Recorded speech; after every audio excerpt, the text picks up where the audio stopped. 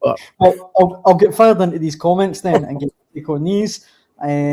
This one, Green Machine says, John's right.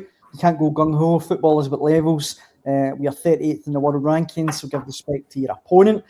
John the Blue Nose says, the performance on Saturday was dire. The Steve Clarke went to dying in the hill and never taking the handbrake off.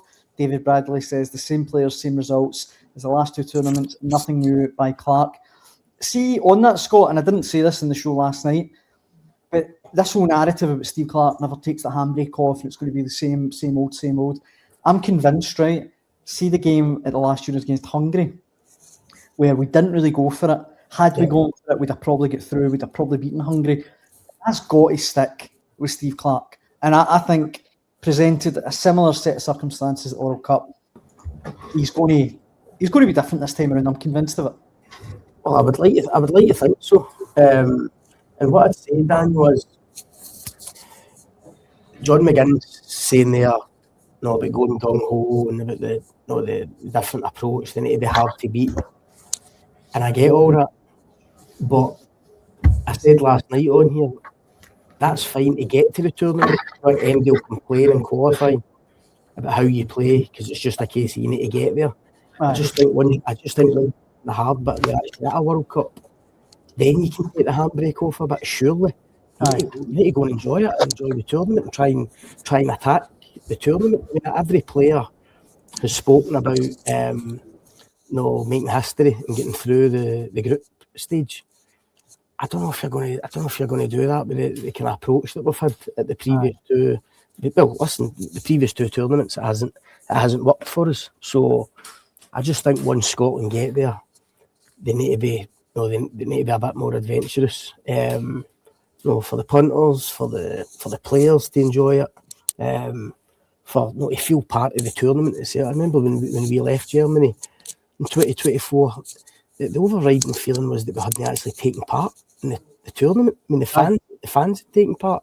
No, you're right. They were brilliant with the atmosphere and the kind of what they created around the games. But in terms of the actual games themselves, you come away from it thinking we haven't made any sort of indelible mark on this tournament with our performances, and that has to change. That has to change. And listen, if Steve Clarke decides that means going ultra defensive and picking up 0-0s or a point, and it gets us through, maybe people probably not complain, but I'd probably like to try and see us go the other way and go and try and win games, go and try and beat Haiti in the first game with a couple of goals and give yourselves the best possible chance to get through.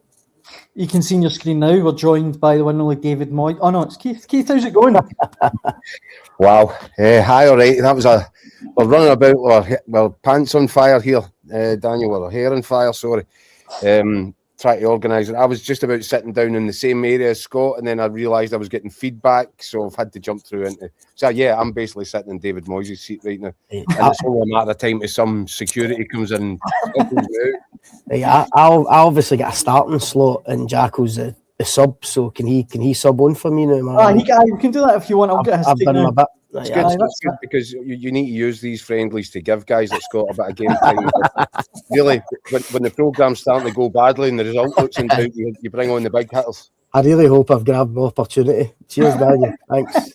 Get minutes in those legs. Cheers, Scott.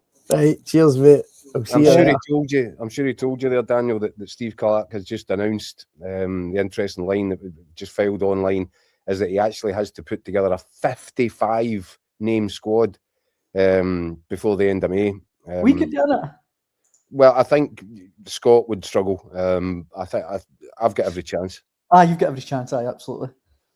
We've got some comments specifically for you, Keith. The first one is from our old pal Gianni. He says it's glad to see Keith finally allowed into a stadium again, albeit he's had to go down south to England to gain access, which I thought was funny. A few people, Keith, are asking, ask Keith, why is the game played at Goodison? Is it just a marketing thing for Everton's new stadium, or? No, I think what happened, because it's happened before, if you remember, we were down before Nigeria went to a World Cup. They had a game against us, and it was at Fulham Stadium.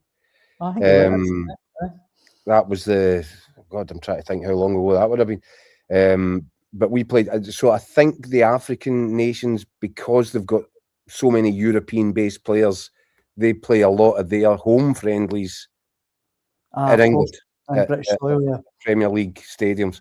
So this is really an Ivory Coast home game. I get you. And yeah, but yeah, I'm looking forward. I've not been outside yet. We've seen inside the place, and it's very nice. So I'm looking forward to seeing what the stadium looks like and feels like tomorrow night. I think we're expecting about 35,000 in the stadium. So not capacity, obviously, by any stretch. I think the capacity is 53. But yeah, it should hopefully, fingers crossed, be an enjoyable game of football to watch. Because as I'm sure Scott was saying there, we didn't get much of that at the weekend, did we? Aye. Green Machine says in the comments, by the way, it's £12 a pint in that stadium, so just make sure Scott gets the first round then.